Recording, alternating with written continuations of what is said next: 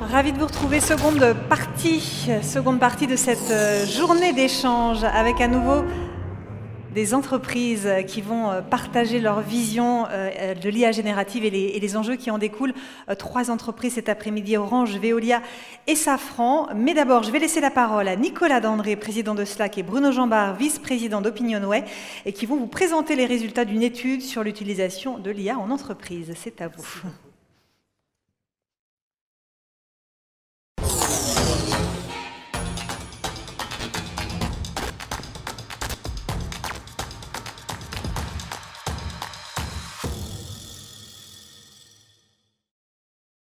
Bonjour à tous. Alors effectivement, on va vous présenter les résultats d'une enquête qu'on a réalisée cette année au mois de juin et qu'on a réalisée auprès d'un échantillon représentatif de 2 types de populations de salariés. La première, ce sont ce qu'on a appelé des travailleurs du savoir, hein, qui sont des salariés qui interviennent pour soutenir le développement de nouveaux produits, de nouveaux services. Et puis des travailleurs de première ligne, hein, dont on a parlé notamment au moment du Covid, et qui sont eux des salariés qui interviennent plutôt sur le terrain et qui ne sont pas dans les bureaux. Et on voulait avoir leur regard justement sur cette nouvelle technologie qui est l'IA et leur utilisation dans le domaine professionnel. On a déduit 5 grands enseignements finalement de cette enquête. Le premier enseignement, c'est qu'on a un regard qui oscille entre à la fois méfiance et curiosité, hein. Vous le voyez, 71% des salariés du savoir nous ont dit que c'est une avancée majeure pour la société française, et en même temps 72% qu'elle les inquiète. Et à l'inverse, vous voyez que ces résultats sont de 65% sur l'inquiétude et 62% auprès des travailleurs de première ligne. Ce qui est intéressant ici, c'est qu'on voit bien que l'IA, ça a une spécificité en matière d'intervention finalement dans le monde du travail. C'est que contrairement à d'autres technologies et de digitalisation qui sont arrivées précédemment, elle touche une nouvelle population qui jusque-là était souvent épargnée par ces grands bouleversements. Les travailleurs du savoir qui, du coup, se sentent beaucoup plus, je dirais, en situation de fragilité qu'ils n'ont pu l'être dans le passé avec d'autres révolutions technologiques. Merci Bruno. Bonjour à tous. Merci pour votre accueil. Merci à NetExplo et à la CCI. Alors évidemment, je crois que c'est dans des cartoons qu'on dit avec des grands pouvoirs viennent de grandes responsabilités. Donc il y a des fortes attentes, très fortes. Et en face, on a besoin de garde-fous. Et on a besoin de ce qu'on appelle de l'IA de confiance. Alors chez Slack et chez Salesforce en règle générale, on a une particularité, c'est qu'on travaille avec les entreprises. Et dans le monde B2B, des centaines de milliers d'entreprises nous confient des milliards de données. Et donc il est absolument hors de question d'exposer tous ces assets à l'extérieur. Il n'est pas possible d'entraîner les données, de les croiser. Et donc tous ces sujets-là, c'est des sujets qui sont au cœur de notre R&D. Éviter les biais, mettre en place de la sécurité, garder un contrôle, mettre en place des boucles de rétroaction pour s'assurer que l'IA crée vraiment de la valeur et ne fasse pas des hallucinations comme on le voit souvent. Les datas qui sont fiabilisées. Donc tous ces sujets sont vraiment au cœur des réflexions quand on déploie l'IA de confiance, l'IA générative dans l'entreprise. Alors, deuxième enseignement de cette enquête, c'est que c'est clairement aussi un outil, hein, l'IA, qui laisse espérer une amélioration de sa productivité, hein. C'est vrai dans le cas des 2 populations qu'on a interrogées, mais particulièrement auprès des travailleurs du savoir, hein. Vous voyez, 73% nous ont dit qu'ils pensaient que ça leur permettrait de gagner du temps, 68% qu'ils pensaient que ça leur permettrait de se consacrer à des tâches à plus forte valeur ajoutée au quotidien, et 63% à être plus efficaces. Et on trouve les mêmes résultats auprès des travailleurs de première ligne, hein, mais dans une moindre mesure, avec des niveaux moins élevés, un regard parfois plus mitigé. Ce qui est intéressant aussi, c'est qu'on les a interrogés sur le temps hebdomadaire qu'ils pensaient pouvoir gagner finalement avec l'arrivée de l'IA. Et on est sur des durées qui ne sont pas négligeables, hein. 6 heures par semaine évaluées auprès des travailleurs du savoir, 5 heures pour les travailleurs de première ligne. Donc il y a là, on voit bien aussi pourquoi il y a aussi une forme de curiosité et d'intérêt qui est évoquée par ces salariés quand on parle de l'arrivée de l'IA dans le monde du travail. Alors je ne sais pas si on se rend vraiment compte de l'impact dont on parle. C'est-à-dire qu'à la fois ceux qui sont derrière leur bureau, derrière un ordinateur, vont gagner du temps, ok, dont acte, mais aussi ceux qui sont dans les entrepôts, ceux qui sont dans les points de vente, ceux qui sont dans les boutiques. C'est massif, c'est pervasif, et c'est une attente qui est extrêmement forte. Alors, chez Salesforce et chez Slack, on le teste, évidemment, dans notre entreprise. On le teste aussi avec nos clients. On a quelque chose qui est essentiel aussi dans cette étude et qui est lié à la promesse. Nous, quand on travaille avec nos entreprises, on leur dit « Vous allez gagner une journée de productivité par semaine, par personne ». C'est assez radical, mais regardez les résultats. Rien que l'IA générative, c'est 6 heures de gagné, 5 heures pour les populations qui ne sont pas en situation d'être derrière leur bureau. On a déjà mis en place des tests. Les résultats sont confirmés par nos tests. Il y a une appétence qui est absolument incroyable. Et en plus, avec une plateforme ouverte, on va pouvoir exploiter les capacités d'IA générative des plateformes dont vous avez l'usage, donc de Slack, de Einstein avec Salesforce. Vous allez pouvoir tester vos propres modèles et les construire dans les plateformes ouvertes. Donc en fait, ce ne sont pas des technologies qui sont fermées, et c'est pour ça que ce sont des outils qui sont potentiellement pervasifs. Alors, on voit que tout le monde espère gagner du temps, mais ce qui est intéressant aussi, et qui est un autre enseignement de cette enquête, c'est que les usages potentiels perçus sont très variés. Vous le voyez, hein, 78% nous disent que c'est trouver des informations, qu'ils cherchent dans des documents, dans des messages, que ça va les aider aussi sur les tâches répétitives à 73%, que ça peut aussi largement aider sur des tâches administratives basiques à 69%. Donc on a une grande variété d'usages qui sont perçus comme utiles, hein, et même rédiger des mails, rédiger des messages, là aussi, ou des réponses à des messages, perçus par 61% des travailleurs du savoir comme un usage potentiel. Là aussi, on a des niveaux, et c'est intéressant, qui sont plus faibles auprès des travailleurs de première ligne, mais eux aussi pensent que ce sont des usages variés qui peuvent leur être utiles demain dans leur activité professionnelle. Alors, nous, ça fait un peu plus de 10 ans qu'on essaye et qu'on arrive à remplacer les emails inutiles. Hein, les clients qui utilisent Slack nous déclarent avoir réduit leurs emails de 40%. Donc c'est fini la pile d'emails du lundi matin ou en revenant des congés. On s'est attaché ensuite à réduire les meetings inutiles avec des clips audio, des clips vidéo, des fonctionnalités type Huddle qui remplacent les meetings d'1 heure qu'on a tous dans nos agendas, qui sont parfois un peu longs, dans lequel on a un temps de parole de 5 minutes et où on ressort sans action. Tous ces sujets-là sont des sujets qui font perdre du temps à pas mal de monde.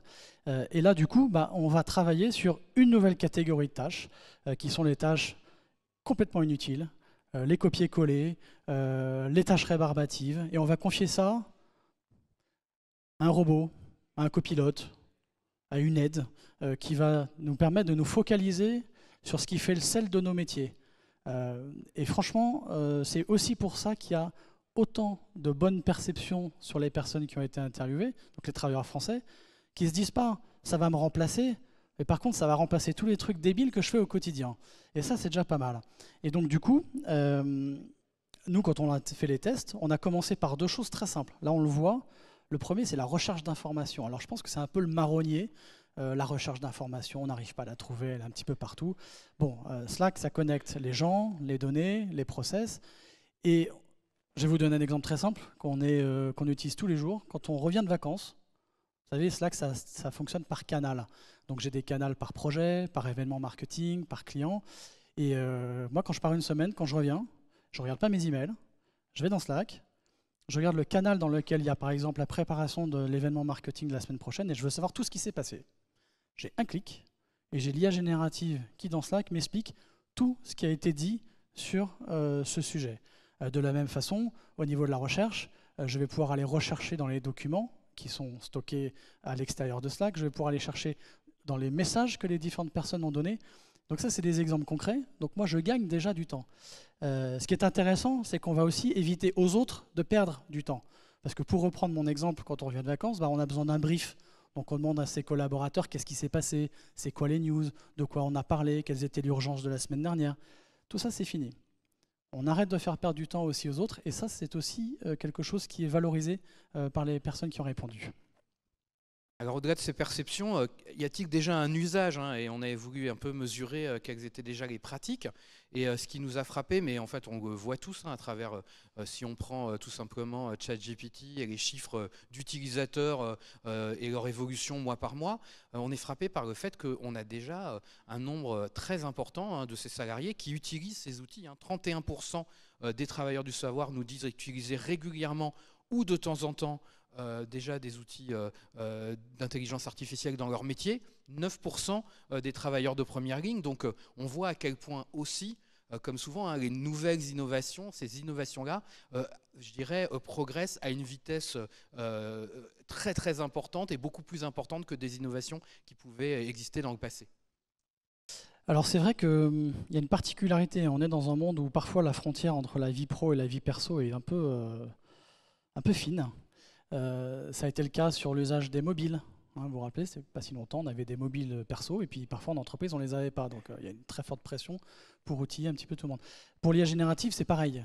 Si en effet tout le monde a déjà, alors tout le monde, non, mais beaucoup ont testé ce que c'était que l'IA générative un peu au quotidien. On a regardé un peu ce que ça donne chez ChatGPT, chez Claude avec Anthropic. Et ben, quand on arrive au bureau ou qu'on travaille de chez soi et qu'on n'a pas ces outils pour travailler dans l'entreprise, on est un petit peu embêté. Et au-delà d'être embêté, il y a quand même 73% qui ne l'utilisent pas au travail. Donc il y a des attentes qui sont très fortes, il y a une pression qui va commencer à arriver. Et une fois qu'on aura adressé tous les garde-fous dont on a parlé au tout début avec Bruno, la sécurité, la résilience, la performance, etc., eh bien ces usages vont se déployer. Et vont se déployer très très vite. Il faut que les personnes au niveau informatique soient prêtes. Il faut qu'il y ait une gouvernance au niveau des données, des usages qui soient prêtes, mais c'est une lame de fond parce que ça va très vite. Il y a 6 mois, on n'aurait pas eu cette discussion ensemble. Le nombre d'utilisateurs personnels sur ChatGPT augmente à une vitesse fulgurante et ça arrive dans les entreprises. Donc il y a des attentes, il y a des gains de productivité qui sont très clairs. Il ne s'agirait pas d'être trop en retard au niveau de nos entreprises en France. Enfin, dernier enseignement de cette enquête, hein, c'est le fait que pour en profiter pleinement dans les entreprises, très clairement, il y a des craintes à lever.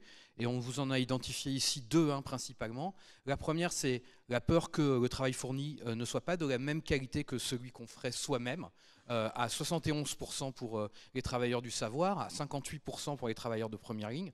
Donc ça, c'est une première limite, hein, et un premier obstacle qu'on voit très bien et que nous, on ressent tout à fait auprès de nos propres collaborateurs dans notre entreprise. Et puis, 55% nous disent aussi qu'ils se sentiraient moins utiles au sein de leur entreprise avec l'apparition de l'IA générative. Et là, c'est aussi un élément très important, hein. Il y a une question de réassurance qui sera très importante pour les entreprises, pour expliquer que non, l'IA n'est pas fait pour remplacer les collaborateurs, mais pour les aider à mieux travailler. Et on voit qu'un travailleur de première ligne sur 2, aussi à 48%, hein, donc partage cette crainte. Oui, alors on en a un petit peu parlé au début. Ces craintes, je pense qu'elles sont tout à fait légitimes, elles sont normales. Quand on a une rupture technologique de cette magnitude, ça pose toujours plein de questions. Il y a 2 bonnes nouvelles quand même. Ça reste des environnements basés sur le conversationnel. Alors Slack, là où se passe le travail, c'est une interface conversationnelle, donc c'est, comme je vous l'ai expliqué, très simple, en un clic, d'exploiter les fonctions d'IA générative. Mais ça met aussi beaucoup les employés dans des situations de confort, et c'est la réalité de l'IA générative, puisque l'humain reste toujours sous contrôle des données sur lesquelles on apprend, sous contrôle des biais, sous contrôle des boucles de réaction, et sous contrôle de l'usage. Si l'usage n'est pas bon, si la réponse est à côté de la plaque, on ne va pas l'utiliser. Malgré tout, il y a évidemment une nécessité de se former, d'apprendre, de travailler sur des cas d'usage qui sont très simples, les déployer, les mettre en place. Donc oui, il y aura un peu de gestion de changement, il y aura certainement un peu d'upskilling, mais il y aura aussi beaucoup de nouveaux travail qui va être généré. Au global, on regarde toujours le net. Le net de la création de valeur, à la fois en monétisation de ce genre de technologie, mais aussi en recrutement, il est absolument incroyable. Chez Salesforce, on recrute énormément de personnes sur les sujets de data cloud et IA générative. Et évidemment, on a beaucoup de main-d'œuvre. Donc la guerre des talents dont on parlait il y a quelques mois, il y a quelques années, on en parle un petit peu moins, mais cette guerre des talents, elle est toujours là, elle est latente, et il y a tous des nouveaux jobs qui vont arriver. L'IA générative, en fait, c'est un compagnon qui va aider tous les employés à travailler moins et à travailler mieux. Alors ensuite, travailler moins, chaque entreprise décidera de comment elle exploite le temps gagné. La productivité, il faut ensuite la traduire.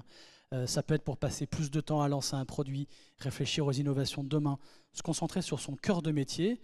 Et puis il y a d'autres entreprises qui vont rendre complètement cette journée aux travailleurs. Ensuite, chacun sera libre de son choix. Et à la fin, c'est le choix.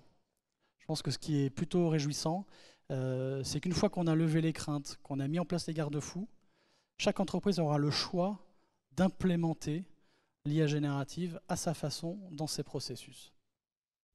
Merci à tous.